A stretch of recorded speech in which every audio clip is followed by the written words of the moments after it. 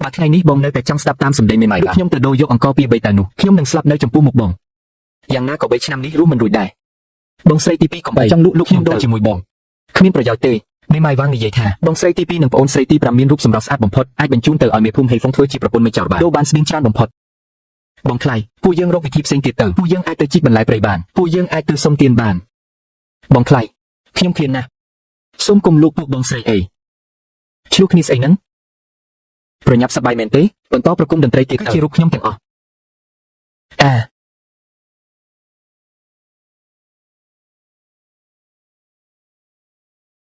់អាសត្វត្រឆានឯងមិនអីទេដឹងអាសត្វត្រឆានខ្ញុំនេះផ្លុំលឿនពេកហើយដោយមានជំនួយពីសាកសពនៅពីក្រោយនេះតើមួយនេះត្រូវមេម៉ាយក្នុងភូមិតាក់ទាញរហូតវង្វេងអស់ហើយចប់ហើយលោកប្អូនថ្លៃស្រីទាំង5នាក់ដើម្បីរស់អស់សម្រាប់មនុស្សហិតប្រយោជន៍ឯងធ្វើពុតជាល្ងងដល់ណាទីជាងធានបើមិនឲ្យខ្ញុំស្លាប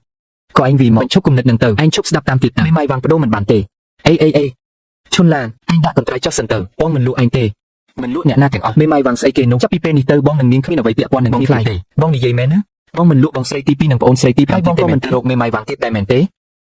វាជារឿងមិនអាចទៅរួចទេអំបញ្ញមិញគាត់នៅនិយាយថានឹងលក់បងស្រីទី2និងប្អូនស្រីទី5នៅឡើយនិយាយថាឆ្នាំងរបស់មេម៉ាយវ៉ាងកំពុងចាំដាក់អង្គបងថ្លៃដួលមួយទំហឹងតើប៉ះទង្គិចក្បាលហើយមែនទេឯងធ្វើពុតជាល្ងងធ្វើអីសិលធម៌របស់ឯងត្រូវមេម៉ាយវ៉ាងស៊ីអស់បាត់ហើយម្ចាស់ដើមពិតជាសាំងបាប់មែនដើម្បីតែស្រីមេម៉ាយម្នាក់ហ៊ានទាំងរុញប្អូនថ្លៃស្រីដែលស្អាតដូចផ្ការបស់ខ្លួនចូលក្នុងរណ្ដៅភ្លើងទៀតក្នុងពេលដែលខ្ញុំមកដល់ហើយខាត់មិនឲ្យពួកនាងរងទុក្ខបែបនេះទៀតឡើយខ្ញុំឈិនហៅសុំស្បោះចំពោះមេឃខ្ញុំឈិនហៅសុំស្បោះចំពោះមេឃចាប់ពីពេលនេះទៅខ្ញុំនឹងមិនគិតចង់លក់អ្នកណាម្នាក់ក្នុងចំណោមអ្នករកគ្នាទៀតឡើយហើយចំពោះស្ត្រីមេម៉ាយវ៉ាងនោះទៀតនឹងមិនមានការពាក់ព័ន្ធអ្វីទៀតទេចាប់ពីខ្ញុំសន្យានឹងឲ្យអ្នកទាំងអស់គ្នាមានជីវភាពល្អប្រសើរមានដៃហូបចែកប្រសិនបើធ្វើមិនបានតាមពាក្យសូមឲ្យរន្ទះបាញ់ស្លាប់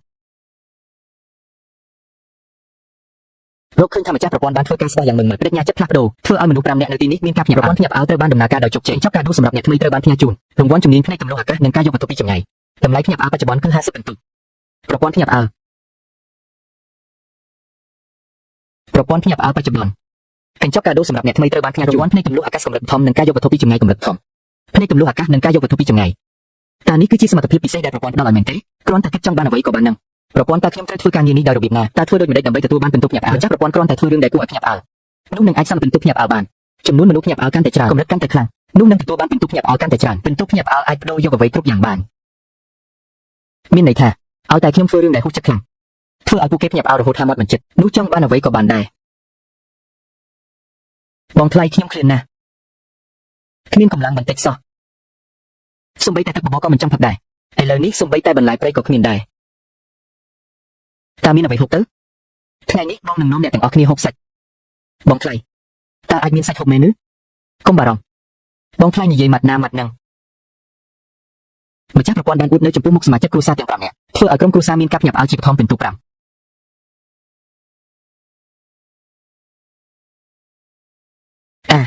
សម័យកាលនេះ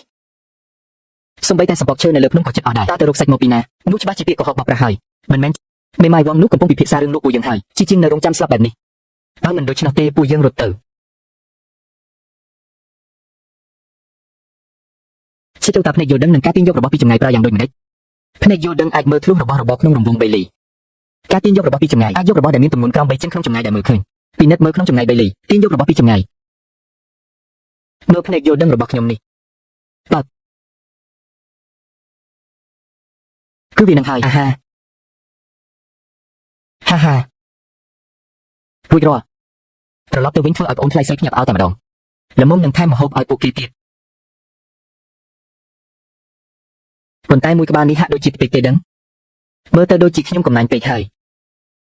ម្ដងទៀតគឺឯងនឹងហើយហូទន្សាយថត់ពីជើងនេះគ្រាន់ឲ្យប្អូនថ្លៃស្រីញ៉ាំឆ្អែតមួយពេលហើយល្មមសាកមើលថាវិធីនេះអាចរកបានប៉ុន្មានរង្វាស់ការភ្ញាក់ផ្អើល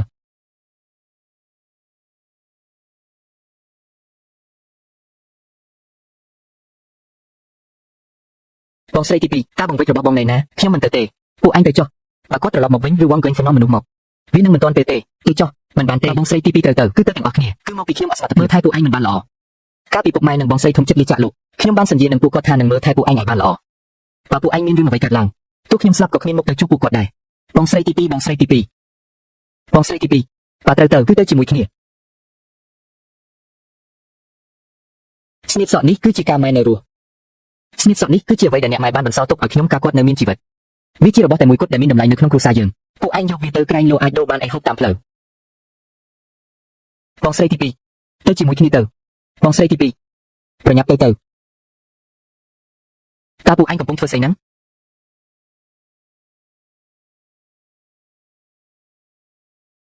បងថ្លៃបងកុំទម្លាក់កំហុសឲ្យបងស្រីទី2អីខ្ញុំដឹងបងបានព្រមព្រៀងជាមួយមេម៉ាយវ៉ាងរួចហើយកុំឲ្យបងស្រីទី2ទៅបន្ទាយខ្យល់ខ្មៅអីខ្ញុំនឹងទៅជាមួយបងលេងពួកគាត់ទៅបងថ្លៃលោកខ្ញុំទៅលើកលែងឲ្យបងប្អូនទៅកុំមកលាប់ឡែស្នៀតសក់នេះគឺម៉ែឲ្យទៅជន់ឡានតើខ្ញុំមិននឹងអាចយកវាបានទៅក្រោកឡើងសៀវនៅដងមួយក្រោកឡើងជន់ឡានយកទៅ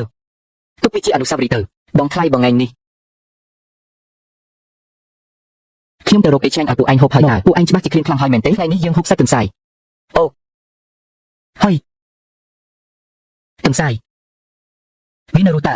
រកឃើញអូនថ្លៃស្រីទាំង5នាក់កម្រិតភ្ញាប់អោខ្លាំងឈុនឡានពិន្ទុភ្ញាប់អោ8សាជូពិន្ទុភ្ញាប់អោ7ជីវជួយពិន្ទុភ្ញាប់អោ6ដងមួយពិន្ទុភ្ញាប់អោ5សៀវហឺពិន្ទុភ្ញាប់អោ9ពិន្ទុភ្ញាប់អោសរុប9 10ពិន្ទុរកបាន35ពិន្ទុភ្លាមតែម្ដងពិន្ទុភ្ញាប់អោប្រព័ន្ធនេះពិតជាសំបំណងខ្ញុំមែនពួកអូនថ្លៃស្រីទាំងឡាយចាំមើលបងថ្លៃនាំពួកឯងឲ្យល្បីរន្ទឺពេញពិភពលោក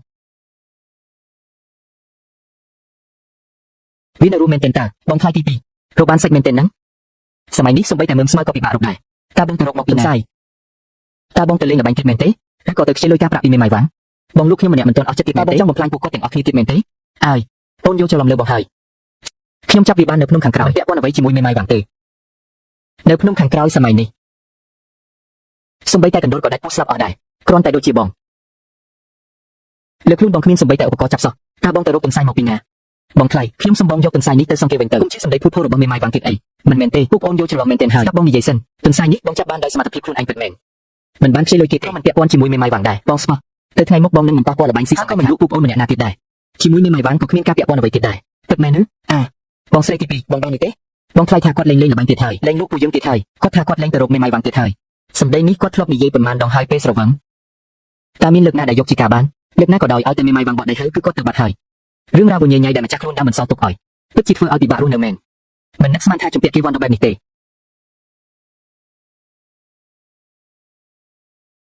ជុំឡានបងដឹងថាអូនមិនជាបងទេប៉ុន្តែអូនមើលគេឈ្មោះបងឥឡូវនេះមើលស្លៀកពាក់កំសុកបែបនេះមេម៉ាយវ៉ាងដែលជាមនុស្សមើលងាយអ្នកក្របបែបនោះតើអាចនឹងឲ្យបងខ្ចីលុយបានយ៉ាងម៉េចសូមខ្ញុំជាបងថ្លៃនៅតែជីវជូដែលយកការបាន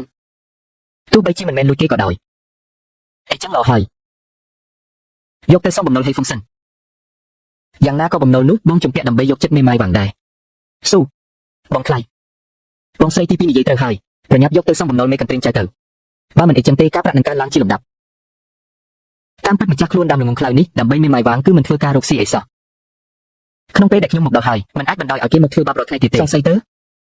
បើលក់ទន្សាយនេះបាត់តើពួកអូនបានអីហូបចំពោះចៅហេហ៊ូនិងមេម៉ាយវ៉ាងប្រសិនបើថ្ងៃនេះពួកគេមកខ្ញុំនឹងរងចាំជួបពួកគេហើយដោះស្រាយជាមួយពួកគេឲ្យចប់តែម្ដងរកវីជាមួយពួកគេទៅ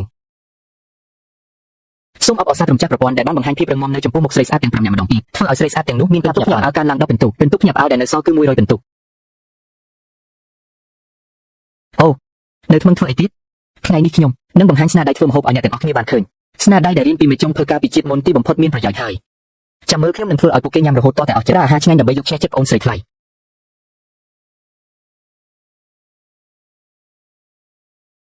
បងស្រីទី2បងថាតើខ្សាច់ទន្សាយមានរសជាតិយ៉ាងម៉េចទៅខ្ញុំក៏ធ្លាប់ភ្លក់តែម្ដងគត់កាលពីអ្នកម៉ែនៅរស់ពួកឯងថាចុះបើគេដួលលើកនេះធ្វើឲ្យចរិតគេបដូរអស់ទៅសូម្បីតែមេម៉ាយវ៉ាងក៏គេលេងអើពើដែរតើនេះនៅតែជាបងថ្លៃអាវ៉ាសែដែលធ្លាប់តែកំហុសដាក់ពួកយើងដើម្បីតែមេម៉ាយវ៉ាងម្នាក់នោះមែនទេមកហើយ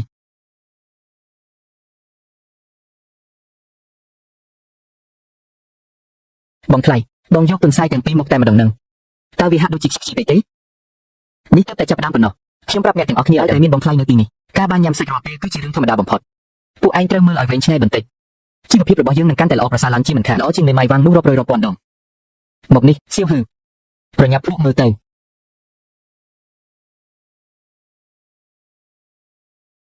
សាច់នេះក្បានផុយហើយចូលជាតិល្អណាស់តើគេមានស្នាដៃបែបនេះតាំងពីពេលណាវាមិនប្រក្រតីតតែសោះបងស្រីទី3រសជាតិយ៉ាងម៉េចដែរគ្មានថ្នាំពុលទេញ៉ាំបានកម្លាំងដែលបាត់បង់ដោយសារម្ចាស់ដើមពិតជាមិនអាចបំពេញបានដោយញីតាមរយៈការញ៉ាំសាច់តែមួយពេលនោះទេថែមទាំងវិលមុខទៀតផងបងថ្លៃ តែខ្ញុំអាចញ៉ាំថែមពី